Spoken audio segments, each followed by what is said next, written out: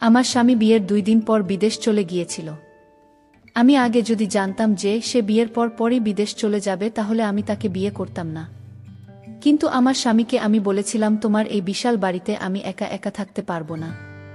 কিন্তু আমার স্বামী আমার কোনো কথাই শোনেনি।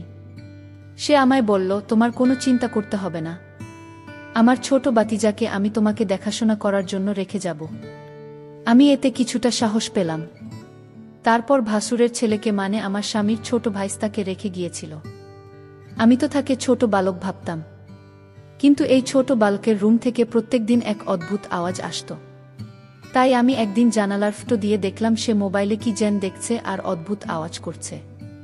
এরপর দিন সে আমার রুমে থাকতে চাইত আর বলতো, কাকি আমার খুব ভয় লাগে একা থাকতে। তারপর আমি তাকে বাচ্চা ভেবে আমার রুমে থাকতে দিলাম। তারপর গভীর রাতে আমার সাথে যা ঘটেছিল তা শুনলে বন্ধুরা তোমাদের মাথার জ্ঞান চলে যাবে। তাহলে মূল বিষয়টা শুরু করি। আমার নাম সবিতা। আমি খুব সুন্দরী ছিলাম বলে বড় দাদা আমার বিয়ে জিতের সঙ্গে দিয়েছিল। জিত খুব ধনী পরিবার ছেলে ছিল, তার বাবা মা ছিল না, কিন্তু তাদের অনেক সম্পত্তি ছিল। কিন্তু জিত নিজেও অনেক বড় একটা পোস্টে একটি বেসরকারি প্রতিষ্ঠানে চাকরি করত। আমি গরিব হওয়া সত্ত্বেও জিত আমাকে পছন্দ করেছিল, কারণ আমি দেখতে ভীষণ সুন্দরী ছিলাম। সে আমাদের কাছে কোনো স্বর্ণ অলংকারের দাবি করেনি। আমার বিয়ে কেন ডিমান্ডেই হয়েছিল। আমি তো খুব খুশি ছিলাম এটা ভেবে যে আমার বিয়ে জিতের সঙ্গে হচ্ছে। প্রত্যেকটা মেয়ের মতো আমিও নিজের বিয়ের জন্য খুব পাগল ছিলাম। তারপর বিয়ের পরে আমি যখন শ্বশুর বাড়ি চলে আসি তখন জিতের বিশাল বড় বাড়ি দেখে আমি খুবই খুশি হয়েছিলাম। আমি গরিব ঘরের মেয়ে ছিলাম, তাই এত বড় ঘরে বিয়ে হবে আমি কোনোদিন আশা করিনি। আমাদের বিয়ের জন্য ননদ বাড়ি এসেছিল। আমার ননদের বিয়ে হয়ে গেছিল। আমাদের বিয়ে 2 বছর আগে ননদের বিয়ে হয়েছিল। বিয়ের প্রথম দিন আমাদের বেডরুম দেখে আমি খুব খুশি হয়েছিলাম, কারণ জিত পুরো ঘরটাকে দামি ফুল দিয়ে সাজিয়েছিল এবং বিছানাটা এত সুন্দরভাবে সাজিয়েছিল যে আমি স্বপ্নেও ভাবিনি যে আমার ফুলসজ্জার রাত এত সুন্দর ঘরে হবে। তারপর জিত যখন রুমে এসেছিল তখন আমি লম্বা ঘোমটা দিয়ে বিছানাতেই বসেছিলাম এবং মনে মনে খুব খুশি ছিলাম। তারপর জিত আমার কাছে এসে আমাকে বলেছিল, আমি তোমাকে কথা দিচ্ছি তোমায় কোনোদিন কোনো কিছুর অসুবিধা হতে দেব না। তারপর সকাল হতেই স্বামী বলেছিল সে নাকি সেই দিনই বিদেশে চলে যাবে। তার জরুরি কাজ আছে, স্বামী বিদেশে চলে যাবে। সেটা শুনে তো আমি খুবই আশ্চর্য হয়েছিলাম, কারণ সেই কথাটা বিয়ের আগে বলেনি যে বিয়ের স্বামীর দিনই সে বিদেশে চলে যাবে। স্বামী বিদেশ চলে যাবে এই কথা শুনে আমি তাকে জড়িয়ে ধরে কাঁদতে শুরু করেছিলাম। স্বামী তখন আমাকে অনেক বুঝিয়েছিল যে সে কিছুদিনের মধ্যেই বাড়ি ফিরে আসবে এবং তার জন্য নাকি এই মিটিংটা খুবই জরুরি। বিয়ের পরে যখন কোনো স্বামী তার স্ত্রীকে রেখে বাইরে চলে যায় সেটার কষ্টটা আমি খুব ভালোভাবেই জানতাম। সেদিন ভোরবেলা আমি স্বামীকে অনেক রিকোয়েস্ট করেছিলাম সে যাতে আমাকে এভাবে একা ছেড়ে বিদেশে না যায়, কিন্তু সে আমার কোনো কথা শোনেনি। উল্টা সে আমাকে বুঝিয়েছিল যে তাকে বিদেশে যেতে হবে। তারপর সেদিন সারারাত স্বামীর সঙ্গে কথাবার্তা বলতে বলতে সকাল হয়ে যায়। তারপর স্বামী তাড়াতাড়ি বিছানা থেকে উঠে বিদেশে যাওয়ার জন্য তৈরি হয়। স্বামী যতক্ষণ তৈরি হচ্ছিল আমি ততক্ষণ এই কথাটা ভেবে কেঁদে যাচ্ছিলাম যে বিয়ের একটা দিনও হয়নি আর স্বামী আমাকে ছেড়ে বিদেশে চলে যাবে, তাহলে আমি এত বড় বাড়িতে কিভাবে একা থাকব। কারণ আমার ননদ 2 দিন পরে তার নিজের শ্বশুরবাড়ি চলে যাবে বলেছিল, আর এমনিতেও আমি নন্দকে কতদিন এই বাড়িতে রাখতাম। তার নিজের ও স্বামী আছে, সংসার আছে, সে নিজের স্বামী ও শ্বশুরবাড়ি ছেড়ে আমার কাছে তো বেশি দিন থাকতে পারবে না। আমার তো এই কথাটা ভেবে খুব রাগ হচ্ছিল যে স্বামী আগে কেন বলেনি যে সে আমাদের বিয়ের স্বামীর দিন বিদেশে চলে যাবে। তারপর স্বামী বিদেশে যাওয়ার আগে আমাকে একটা কথা বলেছিল যে তোমার চিন্তা করার কোনো কারণ নেই, কারণ আমার ছোট ভাইস্তাকে এই বাড়িতে রেখে যাচ্ছি। সে নিজের পড়াশোনা এখান থেকেই করবে এবং তোমার খেয়ালও রাখবে। সে কালকে এখানে চলে আসবে, তাই তুমি একদম চিন্তা করো না। আমি তোমার কথা ভেবেই আমার ভাইস্তাকে এখানে ডেকেছি যাতে তোমাকে এত বড় বাড়িতে একা মনে না হয়। আমার অনেক বারণ করা সত্ত্বেও স্বামী আমাকে একা রেখে বিদেশে চলে যায়। স্বামীর দিন সকালবেলা আমার ননদ ও তার শ্বশুরবাড়ি চলে যায়। সেদিন আমার স্বামীর ভাইস্তা আসার কথা ছিল।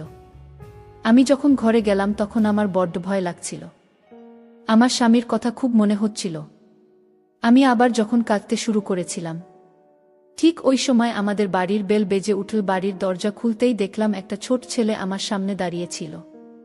তাকে দেখে আমি আন্দাজ করছিলাম যে সে আমার স্বামীর ছোট ভাইস্তা, কারণ বিয়ের সময় আমি তাকে একবার দেখেছিলাম।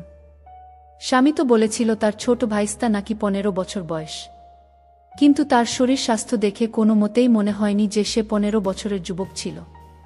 ঘরের দরজা খুলতেই সে আমার দিকে তাকিয়ে বলল, কাকি, তোমাকে ভীষণ সুন্দর লাগছে, দেখতে তুমি ভীষণ সুন্দরী। আমার কাকা খুব ভাগ্যবান যে তোমার মতো সুন্দরী বউ পেয়েছেন। তার মুখে নিজের প্রশংসা শুনে আমি একটু লজ্জা পেয়ে বললাম, আমার প্রশংসা পরে করবে, তুমি এখন ভেতরে চলে এসো। সে বাড়ি আসার পরে স্বামীকে ফোন করে বলেছিলাম যে তার ছোট ভাইস্তা বাড়ি চলে এসেছে। স্বামীর ছোট ভাইস্তার নাম রামিম। আমার স্বামীর বড় ভাইয়ের ছেলে, মানে রামিমের এই বাড়িতে আসার পরেও আমি স্বামীকে প্রায় ফোন করে কান্নাকাটি করে বলতাম যে সে যাতে বাড়ি ফিরে চলে আসে। তখন স্বামী আমাকে একটাই কথা বলতো, তার কাজ শেষ না হওয়া পর্যন্ত সে নাকি বাড়ি ফিরে আসতে পারবে না। এদিকে রামিমের আসার পরে সে আমার সঙ্গে এত কথা বলতো ও গল্প করত যে আমার হাসতে ইচ্ছে না করলেও আমি মাঝে মধ্যে হেসে ফেলতাম, কারণ স্বামীর বিদেশে চলে যাওয়ার পরে আমার মন খুব খারাপ থাকত, যেহেতু আমি স্বামীকে কাছে পেতে চাইতাম। এদিকে ধীরে ধীরে রামিম তার প্রত্যেকটা কথা আমার সঙ্গে শেয়ার করত এবং সে প্রত্যেকটা দিন আমার সৌন্দর্যের খুবই প্রশংসা করত। ধীরে ধীরে আমার মনে হতে লাগলো যে সে হয়তো আমার কাছে কিছু চাওয়ার চেষ্টা করছে, কারণ আমি যখনই রান্নাঘরে রান্না করতাম তখন সে হঠাৎ করেই আমার রান্নাঘরে এসে দাঁড়িয়ে থাকত এবং আমাকে ভয় পাইয়ে দিত। আমি তো তাকে ছোট বালক ভেবে কিছু বলতাম না, কিন্তু তার এই ব্যবহার আমার ভীষণই খারাপ লাগত।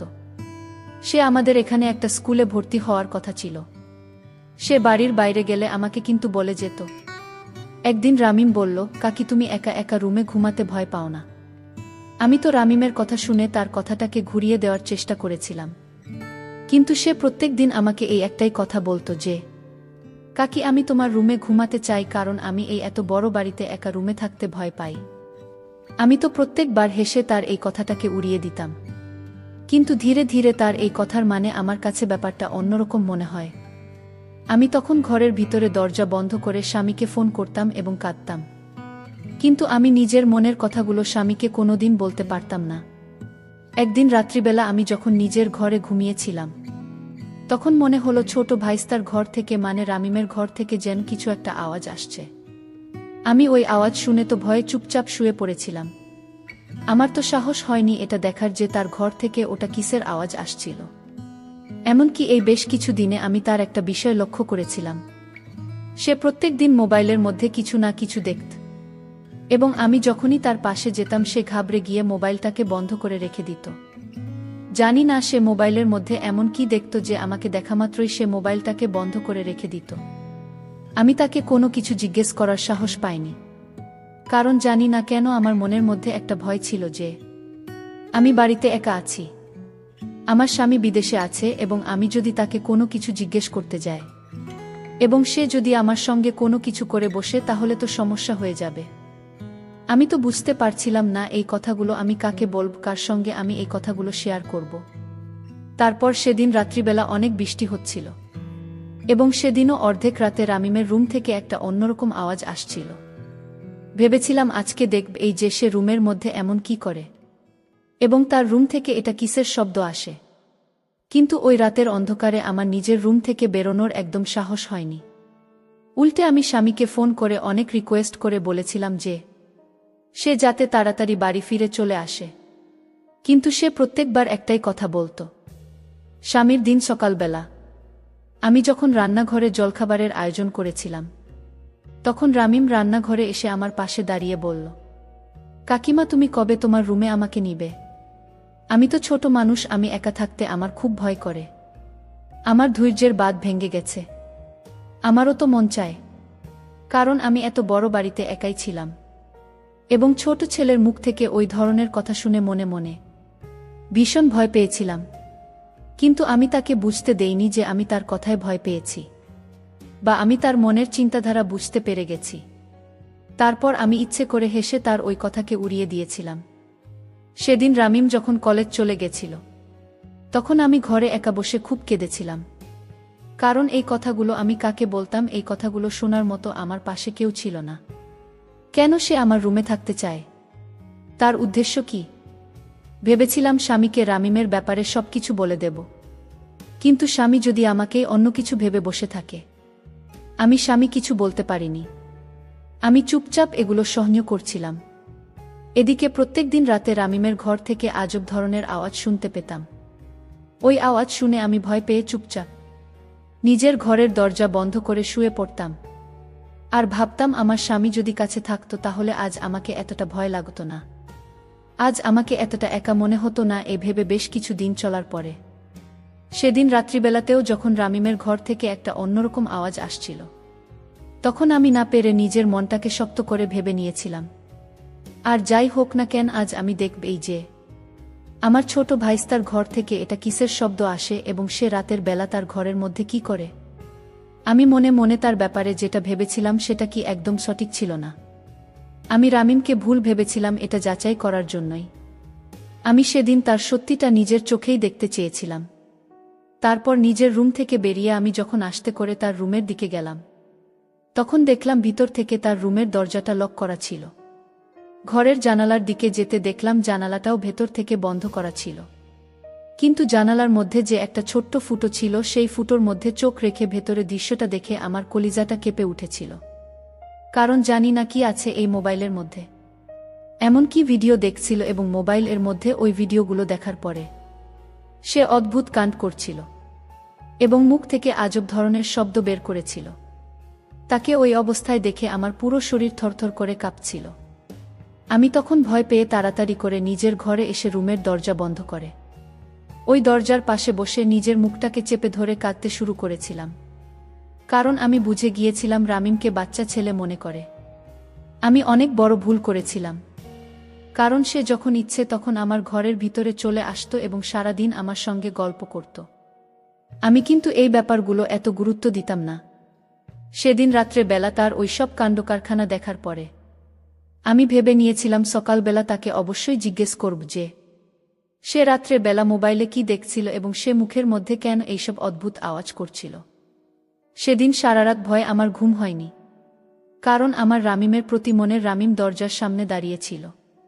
সে আমাকে সকালবেলা দেখে চমকে গিয়ে বলল, কাকি কি ব্যাপার, তুমি এত সকালে উঠে পড়েছ? তুমি তো এত সকালে উঠ না। আমি তখন রামিমকে বললাম, তুমি এত সকালে উঠে কি করছো? তোমার এত সকালে ওঠার কি দরকার পড়েছে? রামিম তখন আমাকে বলল, আমি তো প্রত্যেক দিন সকালে উঠি। রামিম বলল, কাকিমা আমিও তো প্রত্যেক দিন তোমার আগে ঘুম থেকে উঠি। রামিমের মুখ থেকে এসব কথা শোনার পরে আমি নিজের রাগ সামলাতে পারলাম না। আমি বলেছিলাম, রামিম আমি তোমাকে আমার রুমে জায়গা দিব, কিন্তু তার আগে তুমি আমায় একটা সত্যি কথা বলা। রামিম বলল, কাকিমা আমি কোনো সময় মিথ্যা কথা বলি না, আমার মিথ্যা বলার কোনো অভ্যাস নেই। আমি রামিমকে বললাম, রামিম তুমি বলো মোবাইলে প্রতিদিন রাতে কি দেখো? রামিম বলল, কাকি তুমি কাকার সাথে রাতে যা করো তাই দেখি। আমি এই পিচ্ছি ছেলেটার কথা শুনে খুব অবাক হয়ে গেলাম। আমি মনে মনে সিদ্ধান্ত নিলাম, তাকে দিয়েই আমার সকল কার্যকলাপ করাতে হবে। আমি তো ভেবেছি সে একটা ছোট বাচ্চা বালক, কিন্তু সে তো ছিল আমার স্বামীর চাইতেও বড়। বন্ধুরা, গরমের তাপমাত্রার জন্য আজ গল্পটি শেষ করতে পারছি না। এই গল্পের দ্বিতীয় পার্ট আগামীকাল দেওয়া হবে। সেই পর্যন্ত সবাই ভালো থাকবেন, সুস্থ থাকবেন। ধন্যবাদ।